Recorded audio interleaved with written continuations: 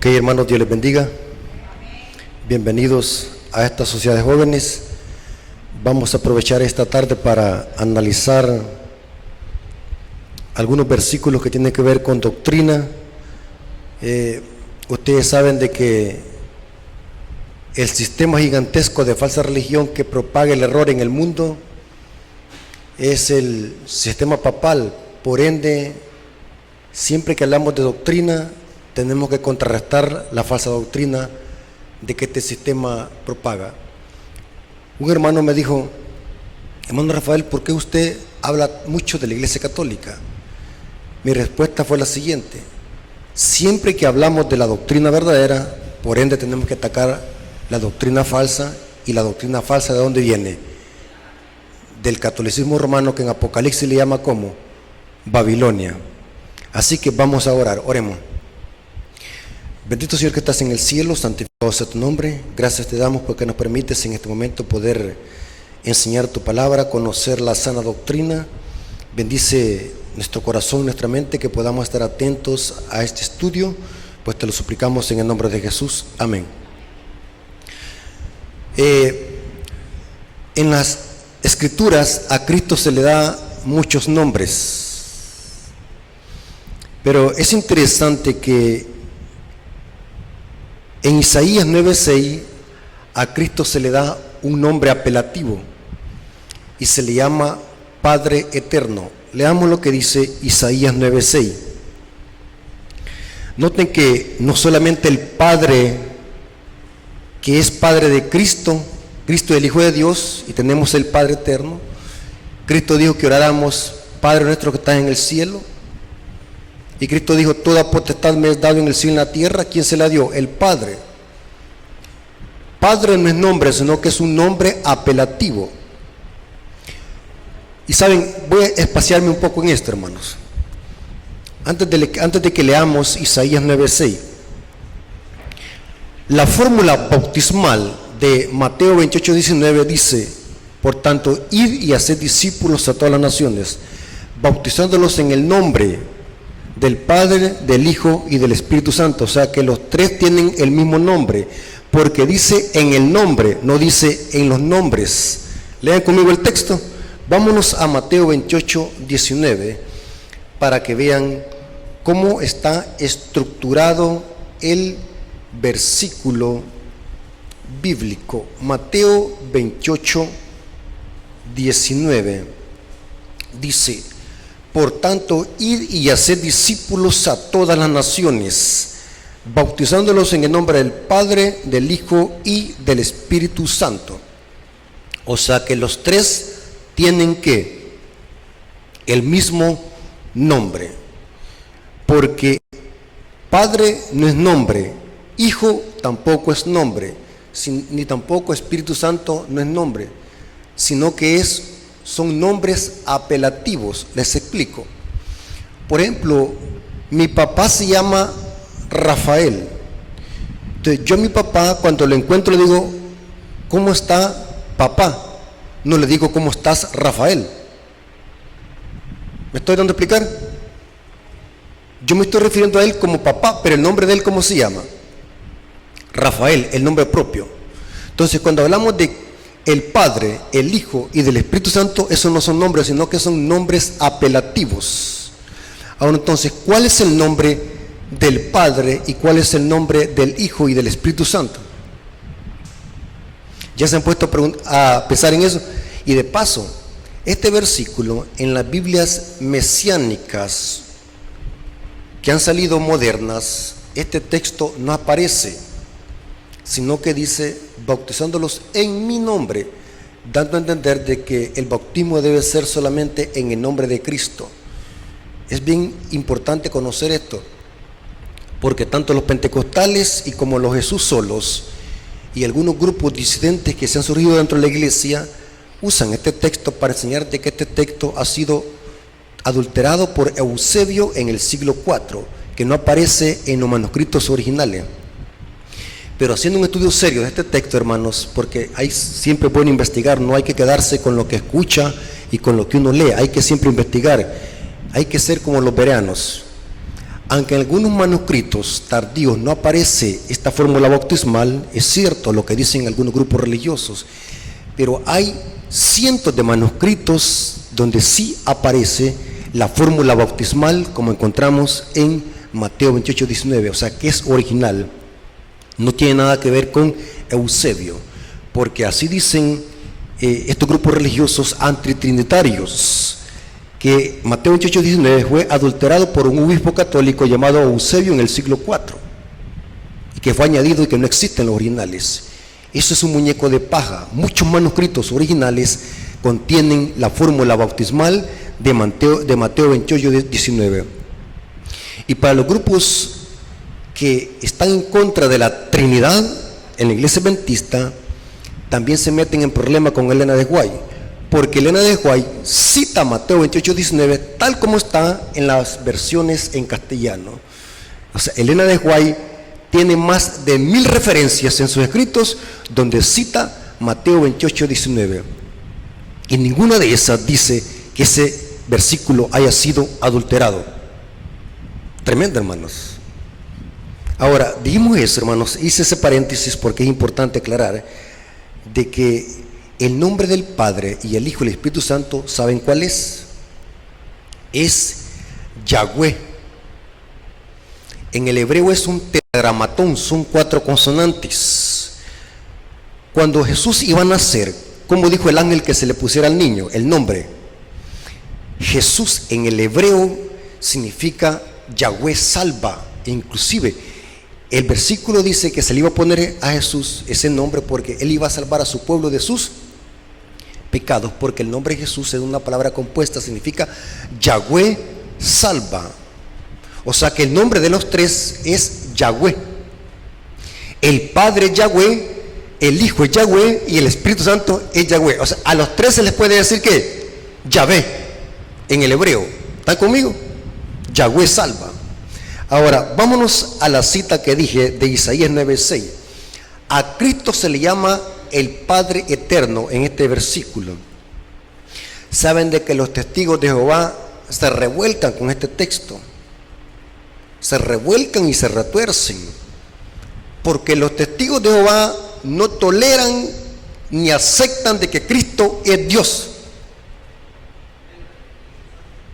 Y menos el Espíritu Santo, correcto. Ellos dicen de que el Espíritu Santo es una fuerza activa. O sea que, ¿desde cuándo han visto ustedes una fuerza activa que va a pensar, va a llorar, va a entristecerse, va a hablar, va a pensar o se le puede mentir?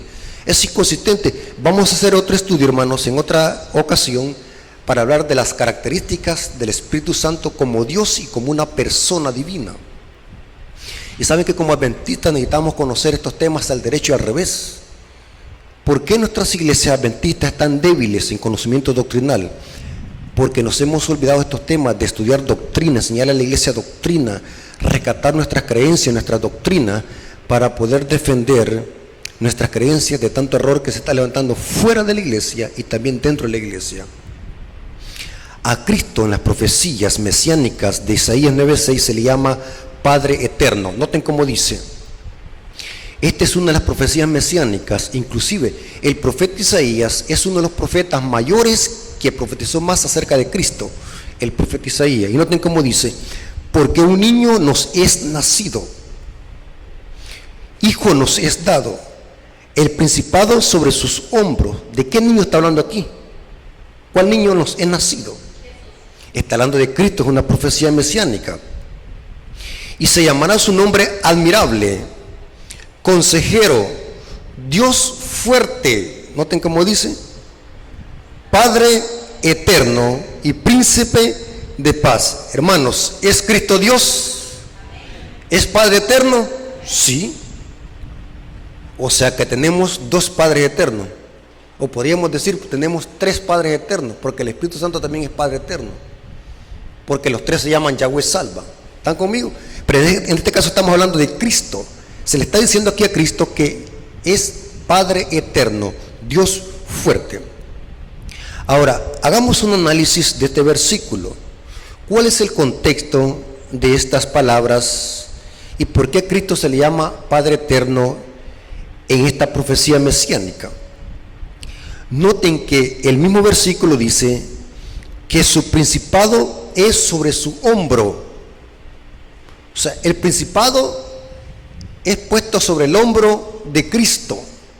No se olviden de estos detalles. El principado es sobre su hombro y se llamará su nombre admirable, consejero, Dios fuerte, Padre eterno y príncipe de paz. O sea, el término o el nombre apelativo de Cristo como Padre eterno y Dios fuerte se está diciendo en el contexto de que Cristo en algún momento de la historia recibe el poder y el reinado y lo recibe en su hombro. ¿Están conmigo? Leen cómo dice el texto. El principado, o sea, el reinado, el poderío, es que sobre su hombro. ¿Qué tiene que ver el hombro? ¿O qué simboliza el hombro en las profecías? Para saber eso tenemos que entender, hermanos, en qué momento de la historia Cristo recibió reino, poder y potestad. ¿En qué momento de la historia? ¿Saben cuándo, hermanos? Y esto lo podemos entender solamente a la luz del santuario. Por falta de tiempo no puedo extenderme, pero les voy a dar algún pincelazo. Cristo recibe su reino y su poder en el juicio investigador. Usted me va a decir, ¿a dónde dice eso? Daniel 7:14. Pero usted me va a decir, hermano, pero Cristo dijo que antes de ascender al cielo y darle la misión a los discípulos, Cristo dijo en Mateo 28, 18 al 19, toda potestad me he dado en el cielo y en la tierra. O sea, el Padre le da potestad. Pero ¿cuándo es que Cristo la obtiene o se le da en el hombro? Porque su potestad y su principado se le es puesto en el hombro. El profeta Daniel nos dice que es en el juicio. Noten cómo dice Daniel 7:14. Es en el juicio donde a Cristo se le da poder, reino y principado. ¿Tienen conmigo el texto? Daniel 7:14 dice, y le fue dado dominio, gloria, reino, para que todos los pueblos, naciones y lenguas les sirvieran. Su dominio es dominio eterno y nunca pasará, y su reino nunca será destruido. O sea que a Cristo se le da dominio y potestad en el juicio investigador. Cuando Cristo inicia la obra de juicio en el lugar santísimo, es que el Padre le da dominio, potestad y reino. Dice, porque el contexto son los versículos 9 y 10, 13 y 14. Cristo viene al anciano de días, se pone en tronos, se abren los libros. ¿Qué significa eso? Es una sala de juicio, porque empieza el juicio. Y cuando el juicio empieza, ahora Cristo viene al anciano de días para recibir ¿qué? Dominio, poder y potestad sobre todas las naciones. Pero la pregunta es, ¿por qué a Cristo se le da el poder, el potestad y el principado sobre su hombro? Hay una profecía que está en Isaías 22:22. Recuerden de que estamos hablando del profeta Isaías, porque Isaías fue uno de los profetas que más profetizó de Cristo. Noten que dice Isaías 22, versículo 22. Es una profecía mesiánica. En este contexto se está hablando de Eliaquim, hijo de Hilcías, pero es una profecía mesiánica. Noten que se dice en el versículo 22, y pondré la llave de la casa de David. ¿De quién? De la casa de David. Pregunto, ¿quién era David? Era un rey de Israel. ¿Y de dónde venían los reyes? ¿De cuál tribu venían los reyes? De Judá. Por eso es que en Apocalipsis 5 a Cristo se le llama el león de la tribu ¿de qué? De Judá, la raíz de David, porque los reyes venían de la tribu de Judá y Cristo vino según la carne. ¿De cuál tribu? De la tribu de Judá. Y noten cómo dice, y pondré la llave de la casa de David sobre su... ¿A dónde puesta la llave? Sobre su hombro, y abrirá y nadie cerrará, cerrará y nadie abrirá. O sea que hay dos puertas aquí, hermanos. Esto es muy extraño, porque yo cuando entro a la casa y ando la llave en el pantalón o en el portancillo del pantalón, yo vengo, me la saco y la pongo en la mesa o en algún lugar que la pueda ver la llave. Pero esta llave, ¿dónde se pone? En el hombro. ¿Ustedes creen, hermano, que todo lo que está en la Biblia es solamente por ocupar espacio o significa algo? Tiene que significar algo. Lo que pasa es que nosotros somos lectores superficiales, pero todo lo que está en la Biblia tiene su significado. Es puesta en el hombro esa llave. ¿Y esa llave para qué se usa? Para abrir una puerta y cerrar otra. Y cerrar una y abrir otra. ¿Están conmigo? Porque noten cómo dice: y abrirá y nadie cerrará, y cerrará y nadie abrirá. Ahora, es interesante que el contexto de este versículo está en el versículo 20 y 21. Está hablando de la investidura de un rey, que iba a ser investido como rey. Iba a ser el siervo Eliaquim, hijo de Hilcías. Dice así: en aquel día llamaré a mi siervo Eliaquim, hijo de Hilcías, y le vestiré de sus vestiduras, y lo ceñiré de su talabarte. Esta era la vestidura que usaban los sumos sacerdotes. Y según el libro de Hebreos, ¿cómo está Cristo ministrando en el santuario celestial? Como sumo sacerdote. Noten qué interesante. Todo esto tiene que cuadrar con el juicio, porque en el juicio Cristo recibe ¿qué? Potestad y dominio. Y sigue diciendo: y lo vestiré de sus vestiduras, y lo ceñiré de su talabarte. Entregaré en sus manos tu potestad. Noten, su potestad. Y será para él morador de Jerusalén y la casa de Judá. O sea, todo cuadra, porque los reyes venían ¿de dónde? De Judá. Y lo hincaré como un clavo en un lugar firme. O sea que su reino no iba a ¿qué? Nadie lo iba a mover, iba a ser inconmovible. Y será por asiento de honra a la casa de su padre. Ahora, ¿qué significa esto? ¿Qué significa que Cristo recibe la llave en el hombro? Significa que Cristo empieza a reinar. Y el hombro es sinónimo de potestad. Recibe su reino. La llave es sinónimo de potestad para abrir una puerta y cerrar otra. Ahora, ¿por qué quise traer este tema en esta tarde, hermanos? Póngase la pila adventista del séptimo día. Hoy los teólogos católicos están estudiando la Biblia para torcerla. Escuché a un sacerdote católico que manipuló estos versículos para enseñar de que el Padre, al quien se le da la llave, representa a Pedro, el primer papa. Y esta exposición el sacerdote se la predicó en la cara a un protestante, y el protestante solamente echaba baba de la boca. No pudo responderle, se quedó mudo. Imaginémonos a un adventista que el sacerdote le haga esta cátedra en la cara. ¿Cómo va a responder? Porque no estamos estudiando. Yo me quedé impactado donde el sacerdote manipuló toda esta clase de versículos para enseñar, para aterrizar de que Pedro era el primer papa. Tremendo, porque Pedro significa, porque papa, decía él, significa padre. Pero saben de que esta profecía no se refiere a Pedro, se refiere a Cristo.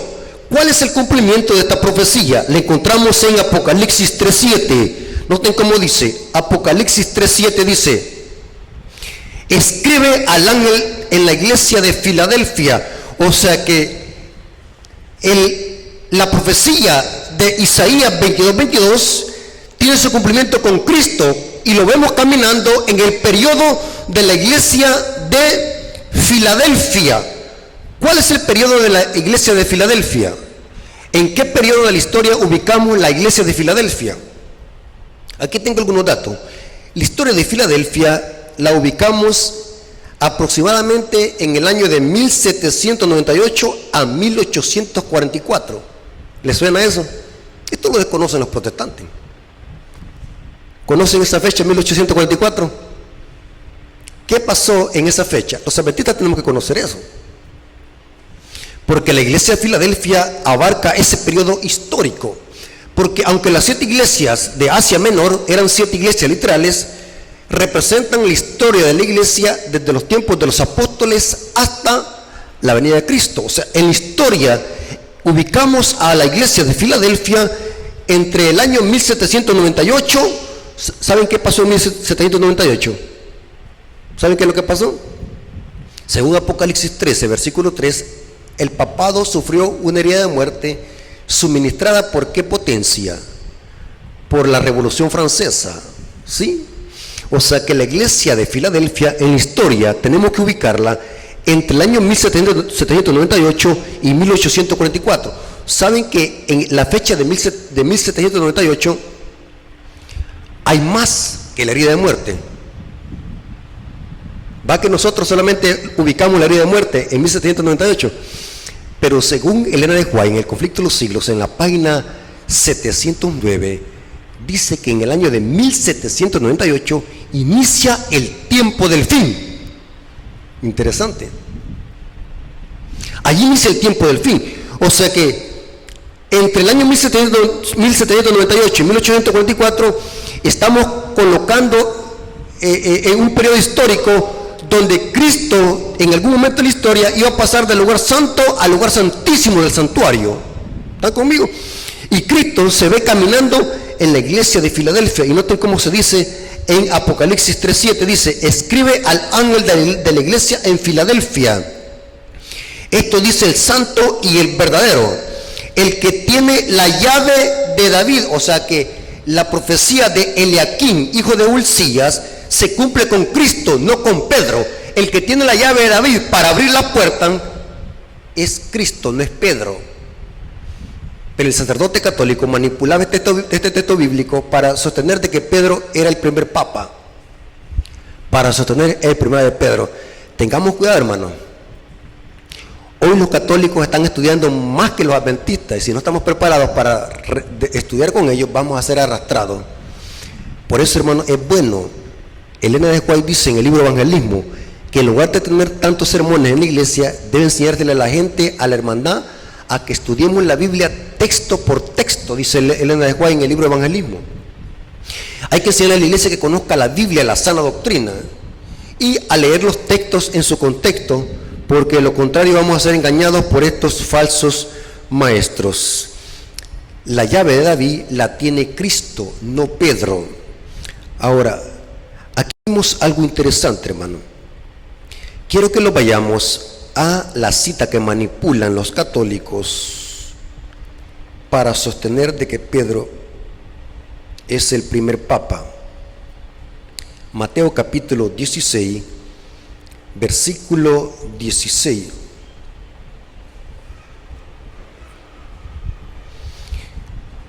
Respondiendo Simón Pedro, hermanos, oigan bien lo que voy a decir. Si logramos sacar a un católico del error de interpretación bíblica de este texto, ya lo ganó para Cristo. La interpretación de este texto es la columna vertebral del catolicismo romano. Desnuque esta interpretación y va a desboronar el catolicismo romano. Convenza a un católico de que este texto que vamos a leer no se refiere a que Pedro fue el primer papa. Si lo convencemos, ya desechó los demás errores: la Asunción de María, la Inmaculada Concepción, el escapulario, el bautismo de bebé, el purgatorio, etc. Porque para los católicos este es el eje transversal que sostiene al catolicismo romano: el primado de Pedro, que Cristo fundó la iglesia sobre el apóstol Pedro. Y usan este texto, noten cómo dice. Mateo 16, versículo, desde el 15 leamos. Y les dijo: ¿vosotros quién decís que soy yo? Porque Cristo anteriormente había preguntado una pregunta interesante: ¿quién dice la gente que es el Hijo del Hombre? Y los discípulos empezaron a decir, unos dicen que eres Juan el Bautista, otros Jeremías, otros algunos de los profetas. Y ahora Cristo regresa a la pregunta a los discípulos, ¿y ustedes quién dice que soy yo? Y Pedro salta, el Pedro impulsivo salta y dice, tú eres el Cristo, el Hijo del Dios viviente. Noten cómo dice, y les dijo, ¿y vosotros quién decís que soy yo? Respondiendo Simón Pedro dijo, tú eres el Cristo, el Hijo del Dios viviente. Entonces respondió Jesús, bienaventurado eres Simón, hijo de Jonás, porque no te lo reveló carne ni sangre, sino mi Padre que está en los cielos. ¿Saben qué significa esto? Mi Padre te lo reveló que está en los cielos. El contexto nos dice que Pedro no sabía lo que estaba hablando, porque esas palabras el Padre se las puso en la boca, en la lengua a Pedro para que las expresara, pero Pedro no sabía de lo que estaba hablando, porque más adelante en ese versículo, en ese capítulo, Pedro estaba deteniendo a Cristo para que no fuera a morir a Jerusalén, y Cristo le dijo, apártate de mí, Satanás. O sea que Pedro no sabía, y esto lo corrobora Elena de White en el deseo de toda la gente, Pedro no sabía lo que estaba hablando. Cuando dijo, tú eres el Cristo, el Hijo del Dios viviente, no lo dijo porque lo había pensado en su mente, sino porque el Padre se lo había puesto, ¿qué?, en la mente para que lo dijera. Y noten cómo dice, esto no te lo reveló carne ni sangre, sino mi Padre que está en los cielos. Y noten ahora como consecuencia la respuesta que viene, y yo también te digo que tú eres Pedro, y sobre esta roca edificaré mi iglesia, y las puertas del Hades no prevalecerán contra ella. Aquí los católicos dicen de que Cristo edificó la iglesia sobre Pedro. Sobre esta roca edificaré mi iglesia. Ahora, hermanos, es interesante, hermano, de que la iglesia católica es una mezcla de mentiras y verdades, es confusión. Es más peligroso, hermanos, la confusión, porque le voy a poner un ejemplo. Yo a usted le puedo decir, hermano, echémoslos un brindis y hagamos un dos de una botella de Lagnate. Yo sé que usted me va a decir que estoy loco o va a salir corriendo inmediatamente. Pero si yo le digo, hermano, tomémoslos un refresco y ahí le eché 2 gotas de Lagnate de escondida, en oculto, yo sé que usted se la va a tomar. O sea, es más peligroso el veneno oculto, mezclado. Entonces, Babilonia lo quiere mezclar la verdad con el error. ¿Saben algo interesante, hermano? Aunque los católicos, noten lo que voy a decir, y quiero que agarren esta información. Los católicos, en el catecismo de la Iglesia Católica, noten cómo interpretan este fragmento que Cristo dijo, sobre esta roca edificaré mi iglesia. Noten cómo el catecismo interpreta ese versículo. El catecismo católico, numeral 424, capítulo 2. Noten cómo dice el catecismo de la Iglesia Católica. Siempre soy curioso, noten cómo dice. Movidos por la gracia del Espíritu Santo y atraídos por el Padre, nosotros creemos y confesamos a propósito de Jesús, tú eres el Cristo, el Hijo del Dios viviente. Y cita Mateo 16:16. Sobre la roca de fe confesada por Pedro, Cristo ha construido su iglesia. O sea que ellos mismos en el catecismo están diciendo que la iglesia no fue edificada sobre Pedro, sino sobre la profesión y la exclamación que Pedro dijo, tú eres el Cristo, el Hijo del Dios viviente. En otras palabras, el catecismo está admitiendo en este numeral que la iglesia fue fundada en Cristo. O sea, Cristo es la roca, dice el catecismo. ¿Están conmigo? ¿Captaron, hermano? O sea, la roca en que fue edificada la iglesia no es Pedro, es Cristo, la profesión de fe que hizo el apóstol Pedro. Ahora, ¿saben dónde está el problema en el catolicismo romano? El catolicismo romano no conocen ni su propia Biblia. Yo invito a los católicos que van a escuchar esta presentación de que se vayan a un léxico griego y hebreo que hoy están regalados en el internet, puede descargarlos hoy gratuitamente. Antes tenía que tener uno, por lo menos unos $100 para comprar un léxico en físico. Hoy con la tecnología está gratuito. Búsquese un léxico griego en el internet y descárguelo en su dispositivo, en su celular o en su computadora o en su tablet. Y váyase a un léxico griego y vea cómo traduce el término roca y Pedro en el griego. Aquí lo tengo, hermanos. ¿Saben qué interesante? El término roca en griego es Petra y Pedro es Petros. Pedro o Petros es un pedazo de roca que se puede agarrar con la mano y tirar, mientras que Petra es una roca maciza, dice el diccionario Strong y los léxicos griegos. Búsquense un léxico griego. O sea, en el griego Pedro no es una roca maciza, sino que es una roca o una piedra rodante. El diccionario Strong dice que es una piedra, un pedazo de piedra. Investíguenlo, no me crean a mí. Mientras que Petra, o sea, roca, es una roca que grande, que no se puede mover, grande. Y saben algo interesante, hermano, el término roca es un título muy común usado entre los hebreos para aplicárselo a Dios, la roca inconmovible. O sea que los discípulos y Cristo conocían muy bien este término, roca, para aplicarlo a Yahweh, al gran yo soy del Antiguo Testamento. O sea, la iglesia no está fundada sobre Pedro, sino que está fundada sobre Cristo. Imaginémoslo, hermanos, supongamos, hagamos una suposición, que Cristo hubiese fundado la iglesia sobre Pedro. Ya la iglesia no existiera, porque Pedro, ¿qué es lo que pasó? No le veo tanto sentido que sea una roca Pedro, porque ¿saben por qué? El mismo Pedro devoró este argumento, porque más tarde, ¿qué es lo que hizo Pedro? Lo negó 3 veces. Eso no es una roca, eso es una piedra movible que se puede tirar para cualquier lado. Inclusive, por eso es que Cristo le dijo a Pedro, ya cuando estaban en el aposento alto: Pedro, ¿me amas? Y Pedro le dijo: sí, Señor, te amo. Y Cristo le dijo esa misma pregunta en 3 veces, porque en 3 veces lo había que negado. Ahora, la iglesia está fundada sobre Cristo, no sobre Pedro.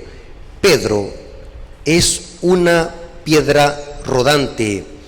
Ahora, ¿por qué los católicos sostienen de que Pedro es el primer papa? Noten lo que dice Mateo 16, versículo 19.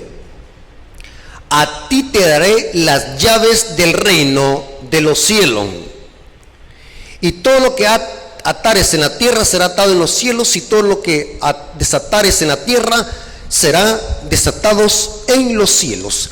El sacerdote católico decía de que estas llaves son las mismas que se le fueron dadas a Eliaquim, hijo de Ulcías.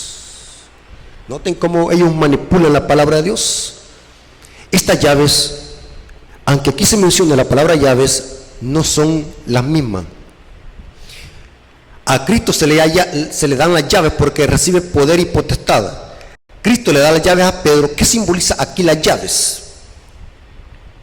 El católico sin instrucción bíblica no entiende eso y nunca lo va a entender, porque ellos están contaminados con la doctrina.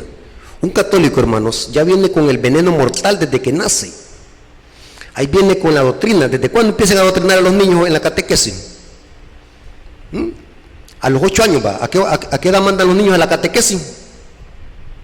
Imagina un niño de 8 años que se le empieza a meter veneno en la mente. Ya de 40 años una persona que está metido en eso, para sacarle y que cambie de mentalidad, tiene que ser solamente un milagro de Dios. Porque yo he platicado con católicos que por más que uno les presente la verdad bíblica, no quieren salir del error.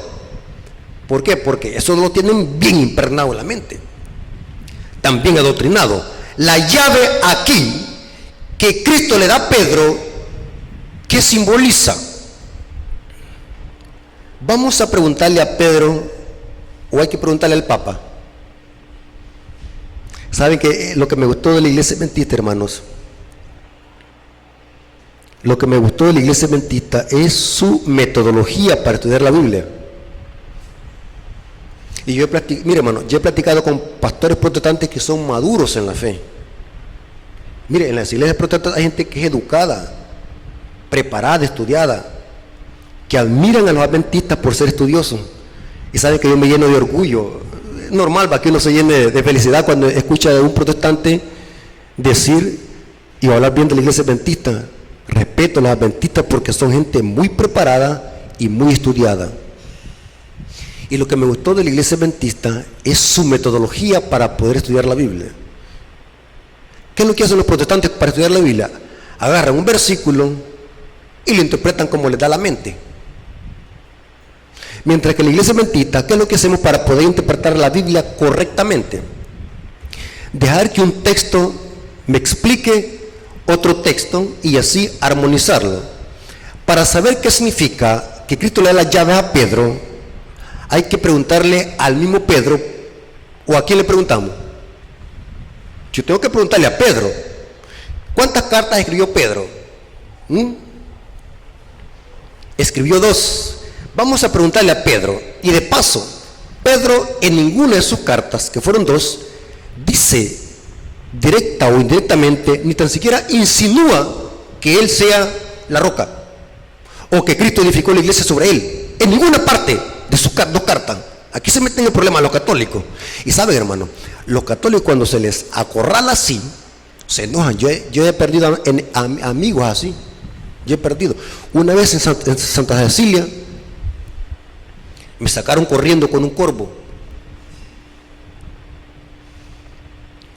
Porque cada versículo que me torcía yo se lo respondía y se lo explicaba.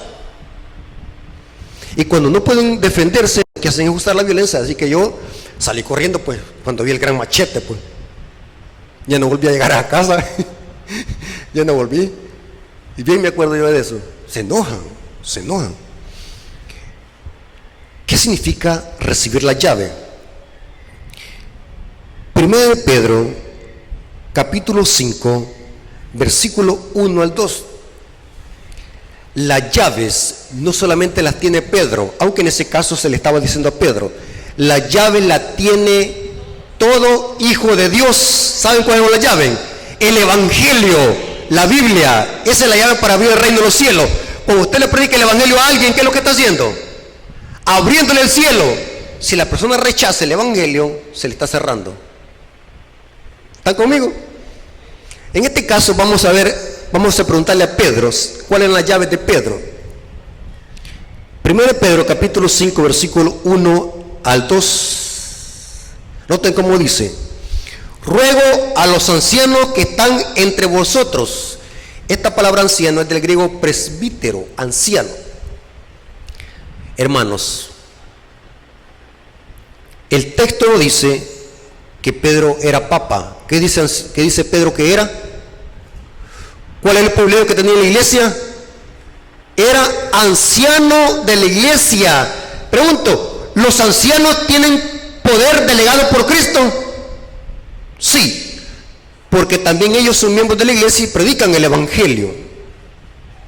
Y noten cómo dice: ruego a los ancianos que están entre vosotros, yo anciano también con ellos. O sea que Pedro no era papa ni obispo de Roma. ¿Pedro qué era? Un anciano de iglesia, testigo de los padecimientos de Cristo, que soy también partícipe de la gloria que será revelada. Apacentar la grey de Dios que está entre vosotros, cuidando de ella, no por fuerza sino voluntariamente, no por ganancia deshonesta sino por ánimo pronto. O sea que Pedro no era papa ni obispo de Roma, era un anciano de iglesia. ¿Quiénes son los ancianos? En aquel tiempo, hermanos, los ancianos eran los líderes locales de las iglesias que se reunían en las casas, porque no habían templos. Gracias a Constantino el Grande es que nosotros ahora tenemos estos templos. Algo bueno hizo Constantino el Grande. ¿Saben ustedes eso? ¿Cuántos saben ustedes eso? Que el que inventó los templos que nosotros tenemos hoy fue Constantino el Grande. Pero antes de Constantino el Grande, las iglesias se reunían en las casas. Yo puedo darles un estudio de eso. La iglesia que está en tu casa, dice el apóstol Juan, porque las iglesias se reunían en las casas. Y en los tiempos de los judíos en la sinagoga. Los ancianos eran los líderes locales de las iglesias que se reunían en casa. O sea que Pedro no era ningún papa. Pedro era un anciano de iglesia. En ese contexto, Pedro tenía potestad, las llaves, porque él cuidaba la iglesia. Los ancianos cuidan la iglesia, no solamente para protegerla de los lobos y de los falsos maestros, sino también porque los ancianos han sido llamados también a predicar el evangelio y ser ejemplos de la grey. Eso significa la llave del reino, la llave de la ciencia, que todo hijo de Dios la tiene. No solamente Pedro. Usted, hermano Paquito, tiene la llave. Es lo que tiene en la mano, es la llave, la palabra de Dios. Todos tenemos la llave, no solamente Pedro. Entonces, aquí queda desmantelada la falsa doctrina del catolicismo romano de que Pedro sea papa. Hermanos, no crean en ese engaño. Estudiemos la Biblia para que podamos desmantelar todas esas falsas doctrinas para la honra y gloria de nuestro Dios. Dios nos bendiga, hermanos.